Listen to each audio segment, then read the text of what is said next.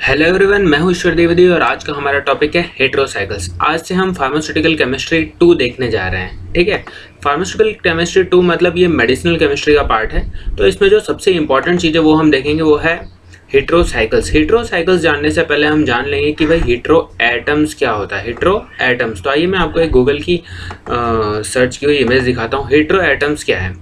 तो hetero atoms जो हैं, these are any atom which is not carbon और हाइड्रोजन।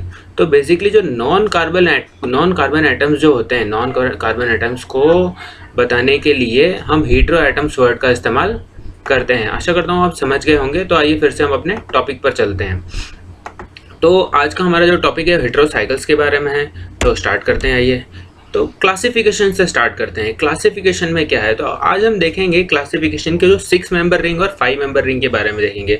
और उससे पहले 6 मेंबर रिंग जब हम स्टार्ट कर रहे हैं तो उसके अंदर देखेंगे हम जो सिंगल मेंबर रिंग है उसके बारे में, और जो डबल मेंबर रिंग है उसके बारे में देखेंगे। ठीक है दोस्तों, तो आइए स्टार्ट करते हैं। सिंगल मेंबर रिंग में आपको जो मेन याद रखने वाला कंपाउंड है वो है पिरिडीन। यहाँ से आप याद रखना स्टार्ट कीजिए। ये जो है आपका पिरिडीन, जहाँ पर ये सिर्फ एक सिंगल नाइट्रोजन है। समझ गए दोस्तों? फिर यहाँ से याद रखने के बाद आप याद रखिए, दूसरा नाम याद रखिए पिरिमिडीन।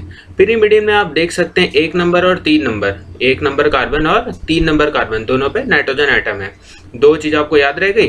फिर उसके बाद आप अगला याद रख सकते हैं पायरिडेजिन। पायरिडेजिन यहाँ क्या हो रहा है, यहाँ 1 नंबर और 2 नंबर कार्बन एटम पर नाइट्रोजन एटम आ गया, मतलब यहाँ कार्बन को डिस्प्लेस करके नाइट्रोजन आ चुका है। तो जैसा कि हमने पहले बताया कि नॉन कार्बन एटम्स जहाँ है उसे हम कहते हैं हेटेरो एटम्स। तो यहाँ आप देख सकते हैं, तो मोस्टली कौन कौन से नॉन कार्बन एटम्स हो सकते हैं?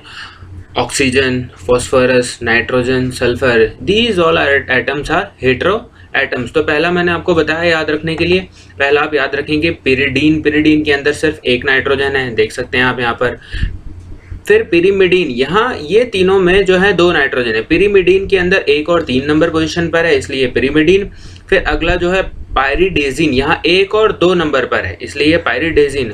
फिर अगला जो आ जाता है वो है पायरेजीन, यहाँ पर जो नाइट्रोजन एटम है वो 1 और 4 नंबर पर प्रेजेंट है। ठीक है दोस्तों, तो क्या क्या मैंने आपको बताया? पिरिडीन, पिरिमिडीन, पायरिडेजिन और पायरेजिन। ये तो हो गया सिंगल मेंबर रिंग। ये जो हमने बताया वो किसके बारे में बताया? सिंगल मेंबर रिंग के बारे में बताया। अब देखिए double member ring. Double member ring में ये स्ट्रक्चर बहुत बार एग्जाम में पूछा जाता है। ये है क्विनोलिन। क्या है दोस्तों? ये है क्विनोलिन। क्विनोलिन में सिर्फ एक नाइट्रोजन है और वो 1 नंबर पोजीशन पर है। इन दोनों में कोई ज़्यादा खास फर्क नहीं है। क्विनोलिन और आइसोक्विनोलिन में कोई बहुत ज़्यादा फर्क नहीं है। फर्क है सिर्फ नाइट्रोजन के प्लेस का। यहाँ नाइट्रोजन आपको जो दिख रहा है वो 1 नंबर पोजीशन पर दिख रहा है, और यहाँ जो नाइट्रोजन आपको दिखेगा वो 2 नंबर पोजीशन पर दिखेगा। ठीक है दोस्तों, तो ये हो गया क्विनोलिन और दूसरा हो गया आइसोक्विनोलिन। आशा करता हूँ आपको ये बहुत अच्छे से समझ में आ गया है। तो चलिए आइए दूसरे टॉपिक की तरफ बढ़ते हैं। फिर से इसको एक बार आप देख लीजिए। हमने देखा था जो पिरिडीन बहुत ही इंपॉर्टेंट स्ट्रक्चर है। आपको पिरिडीन याद हो गया तो आप आगे की चीज़ें बहुत ही आसानी से याद रख लेंगे। ये देखिए, ये पिरिडीन था, फिर पिरिमिडीन। पिरिमिडीन में 2 नाइट्रोजन हो गए।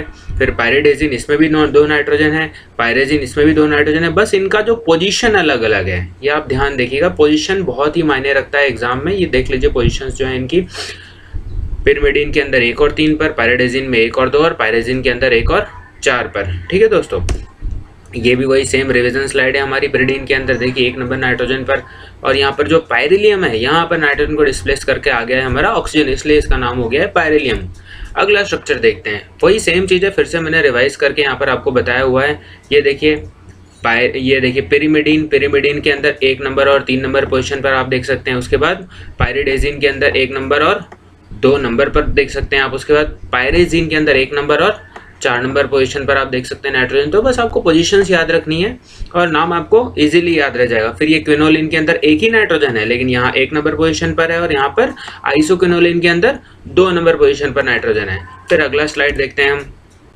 अभी तक जो हमने देखा वो 6 मेंबर रिंग था। ये देखिए, ये सारी क्या है? 6 मेंबर रिंग देखा जो भी हमने देखा। अब हम देखते हैं 5 मेंबर एरोमेटिक रिंग जो भी है उसके क्लासिफिकेशन देखते हैं। तो उसमें हम सबसे पहले देखेंगे जिसके अंदर सिंगल रिंग है, उसके बाद हम देखेंगे जिसमें डबल रिंग है। तो सिंगल रिंग के अंदर सबसे पहला जो है हमारा वो है पायरोल। तो 1 नंबर पोजीशन पर जो नाइट्रोजन है उससे हाइड्रोजन जुड़ा हुआ है और उसे हमने कह दिया पायरोल। सेम नाइट्रोजन की जगह अगर ऑक्सीजन आ गया तो उसे कह दिया फ्यूरान, और ऑक्सीजन की जगह अगर यहाँ पर सल्फर आ गया, ऑक्सीजन को डिस्प्लेस करके सल्फर आ गया, इसलिए उसका नाम दे दिया हमने थायोफीन। अब ये देखिएगा, एक ही नाइट्रोजन है तो पायरोल हो गया, एक ऑक्सीजन है फ्यूरान हो गया, एक सल्फर है तो थायोफीन हो गया। लेकिन अगर यहाँ पर 2 नाइट्रोजन हो गए तो नाम तुरंत चेंज होगा। जैसे कि यहाँ सिर्फ एक नाइट्रोजन था, लेकिन यहाँ नीचे देखिए, यहाँ आपको 2 नाइट्रोजन दिखेंगे, 1 नंबर पोजीशन पर भी दिखेगा और 3 नंबर पोजीशन पर भी दिखेगा आपको, ठीक है। तो ये क्या हो गया आपका, ये हो गया आपका इमिडाजोल। यहाँ पर देखिए नाइट्रोजन 1 नंबर पोजीशन पर भी है और 3 नंबर पोजीशन पर भी है। और उसके बाद यही नाइट्रोजन, ये जो नाइट्रोजन देख रहे हैं, ये यहाँ से डिस्प्लेस होकर अगर 2 नंबर पर आ गया तो क्या बन जाएगा आपका, पायराजोल। देख रहे हैं आप, तो नाम याद रखिएगा ध्यान से, क्या क्या है नाम आपका, ये नाम देखिए, पायरोल, ये देख रहे हैं आप, पायरोल, इमिडाजोल और पायराजोल। नाम आपको आशा करता हूँ याद रहेगा। उसके बाद देखिए फ्यूरान, सेम यहाँ पर, अब यहाँ ऑक्सीजन डिस्प्लेस नहीं हो रहा है, यहाँ नाइट्रोजन आ रहा है 3 नंबर पर, नाइट्रोजन आ गया तो ये हो गया ऑक्साजोल और ये हो गया आइसोक्साजोल, ठीक है। जगह चेंज हो रही है, खाली यहाँ पर 3 नंबर पर था और ये 3 नंबर से उठ के 2 नंबर पर आ गया तो आइसोक्साजोल। सेम चीज़ आप यहाँ सल्फर के साथ भी देख सकते हैं। यहाँ अगर 3 नंबर पोजीशन पे नाइट्रोजन डिस्प्लेस है तो थायोफीन, थायाजोल, ये देखिए 3 नंबर पर है तो थायाजोल, और उसके बाद ये आइसोथायाजोल। आइसोथायाजोल क्या हो गया, 2 नंबर कार्बन की जगह यहाँ पर क्या है, नाइट्रोजन है, तो ये हो गया आइसोथायाजोल। आशा करता हूँ आपको ये चीज़ें याद रही होंगी। चलिए आगे स्लाइड की तरफ बढ़ते हैं। बहुत ही ध्यान से देखिएगा, एक चीज़ छूट गई हमारी, इंडोल रह गया। इंडोल देखिए, ये जो है 5 मेंबर रिंग और 6 मेंबर रिंग का कॉम्बिनेशन है। आप ये देख सकते हैं पायरोल, ये आप देख रहे हैं यहाँ, पायरोल और बेंजीन का जो कॉम्बिनेशन है वो बन गया हमारा इंडोल। क्या बन गया हमारा, इंडोल। पायरोल और बेंजीन का कॉम्बिनेशन है ये इंडोल, याद रखिएगा, ठीक है। चलिए आगे की स्लाइड की तरफ बढ़ते हैं। यही उसी स्लाइड को मैंने फिर से यहाँ पर बड़ा करके दिखाया हुआ है। देखिए नाम याद रखिएगा खास करके, एक ही नाइट्रोजन है तो क्या हो गया, पायरोल, एक ही ऑक्सीजन है तो क्या हो गया, फ्यूरान, एक ही सल्फर है तो क्या हो गया, थायोफीन। उसके बाद 2 नाइट्रोजन हो गए तो हो गया इमिडाजोल, और उसके बाद नाइट्रोजन की पोजीशन चेंज हुई तो हो गया पायराजोल। सेम यहाँ पर ऑक्सीजन के साथ अगर 3 नंबर पोजीशन पर नाइट्रोजन आ गया तो हो गया ऑक्साजोल, और 2 नंबर पोजीशन पर नाइट्रोजन अगर यहाँ पर आ गया तो ये क्या हो गया, आइसोक्साजोल। सेम यहाँ पर सल्फर के साथ अगर 3 नंबर पोजीशन पर नाइट्रोजन आ गया तो ये थायोफीन था। सेम अगर यहाँ पर आ गया थायाजोल, नाइट्रोजन आ गया इसलिए एजो वर्ड आ गया। ध्यान रखिएगा, जहाँ भी नाइट्रोजन है तो वहाँ आपको एजो ये वर्ड्स हमेशा दिखेंगे। फिर सेम यही नाइट्रोजन डिस्प्लेस होकर अगर 2 नंबर पर आ गया तो ये क्या हो गया, आइसोथायाजोल। आशा करता हूँ आपको याद रहा होगा ये सब चीज़ें। अगली स्लाइड की तरफ बढ़ते हैं। ये सेम वही चीज़ें हैं, फिर से मैंने आपको रिवाइज करके इसलिए बताया ताकि आपको ये चीज़ें अच्छे से याद हो जाए। ये बेसिक है मेडिसिनल केमिस्ट्री का, अगर ये चीज़ें आपको याद नहीं होंगी तो बहुत ही दिक्कत होगा आपको आगे सब चीज़ें याद करने में। सेम पायरोल, फ्यूरान और थायोफीन। आगे स्लाइड में देखिए, सेम वो पायरोल था, पायरोल में एक ही नाइट्रोजन था तो यहाँ 2 नाइट्रोजन हो गए, 1 और 3 नंबर पर, तो ये क्या हो गया, इमिडाजोल और पायराजोल। और यहाँ पर क्या हो गया, ऑक्साजोल, एक नाइट्रोजन आ गया 3 नंबर पर, और वही नाइट्रोजन उठ के यहाँ आ गया 2 नंबर पोजीशन पर, तो ये क्या हो गया, आइसोक्साजोल। सेम यहाँ पर थायाजोल और आइसोथायाजोल, कोई ज़्यादा फर्क नहीं है। आप सिंपल एक चीज़ याद रखेंगे तो दूसरी चीज़ आपको बहुत ही आसानी से याद रह जाएगी। इंडोल मैंने बताया था 5 मेंबर रिंग पायरोल और बेंजीन का कॉम्बिनेशन है, तो ये क्या बन गया, इंडोल। वही चीज़ मैं रिवाइज करा रहा हूँ आपको फिर से। अब देखिए आगे, ये हो गया हमारा अमोनिया NH3 बताते हैं हम इसको। अब ये जो सैचुरेटेड रिंग यहाँ पर आ गई, जो पायरोल था, पायरोल की जो बीच वाले रिंग है, ये अगर सैचुरेटेड हो गई तो उसका नाम क्या हो गया, पायरोलिडीन। और वही अगर ये 6 मेंबर रिंग होती तो इसका नाम रखते हम पिपेरिडीन, ठीक है। नाम याद रखिएगा, नाम भी याद रखना बहुत ही इंपॉर्टेंट है। ये हो गया एनिलीन, बेंजीन के साथ NH2 जुड़ गया, ये हो गया एनिलीन।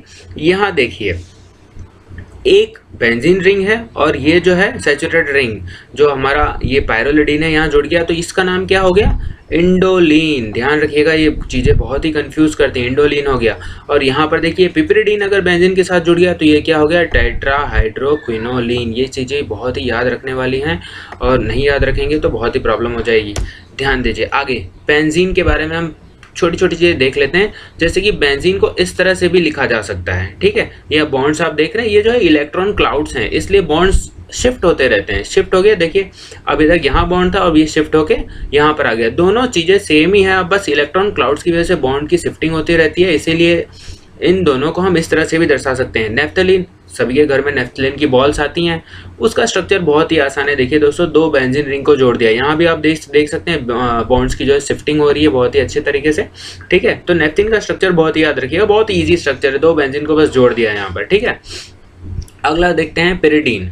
पिरिडीन क्या है? देखिए, हमने देख लिया था पिरिडीन में सिर्फ एक नाइट्रोजन था। सेम वही चीज यहाँ भी शिफ्टिंग हो रही है, तो आसानी से देख सकते हैं। लॉन पेयर्स क्या है? तो नाइट्रोजन के पास 1 लॉन पेयर ऑफ इलेक्ट्रॉन होता है, ऑक्सीजन के पास 2 लॉन पेयर्स ऑफ इलेक्ट्रॉन होते हैं। ठीक है, यही अगर इलेक्ट्रॉन अगर इस तरफ चला जाए तो नाइट्रोजन क्या होगा? पॉजिटिवली चार्ज हो जाएगा। ये sp2 क्या है? sp2 जो है हाइब्रिडाइजेशन को बता रहा है। आज हम इस चीज को नहीं देखेंगे कि बहुत ही बड़ा टॉपिक हो जाएगा, तो आगे की तरफ बढ़ते हैं। लॉन पेयर में किसी दिन समझाऊंगा अच्छे से क्या चीज होती है। ठीक है, तो बाहरी कक्षा में जो इलेक्ट्रॉन रह जाते हैं, जो युग्मित इलेक्ट्रॉन होते हैं, उन्हें हम लॉन पेयर ऑफ इलेक्ट्रॉन्स कहते हैं। जो बाकी इलेक्ट्रॉन्स बच जाते हैं, वही इलेक्ट्रॉन क्या करते हैं? दूसरे एटम से इलेक्ट्रॉन्स लेकर बॉन्ड बनाते हैं। ठीक है, तो वो चीज़ थोड़ा डीप में है, फिर किसी दिन और बताऊंगा। यहाँ देखिए पायरिलियम, सेम वही चीज़, ऑक्सीजन यहाँ डिस्प्लेस हो गया है। ठीक है, बेंजीन में यहाँ पर 1 नंबर कार्बन पर। फिर अगली स्लाइड में हम चलते हैं। Pyrrole, furan, thiophene. बार बार मैंने स्लाइड इसलिए यहाँ पर लाई है ताकि चीज़ें आपको याद रही है। 5 मेंबर रिंग है। ठीक है, ये हो गया पायरोल, नाइट्रोजन है। अगर ऑक्सीजन आ गया तो यहाँ पर हो गया फ्यूरान। मैंने आपको कहा था, देखिए ऑक्सीजन के पास 2 लोन पेयर ऑफ इलेक्ट्रॉन होते हैं। ये डॉट डॉट जो आप देख रहे हैं दोस्तों, ये बता रहा है लोन पेयर ऑफ इलेक्ट्रॉन।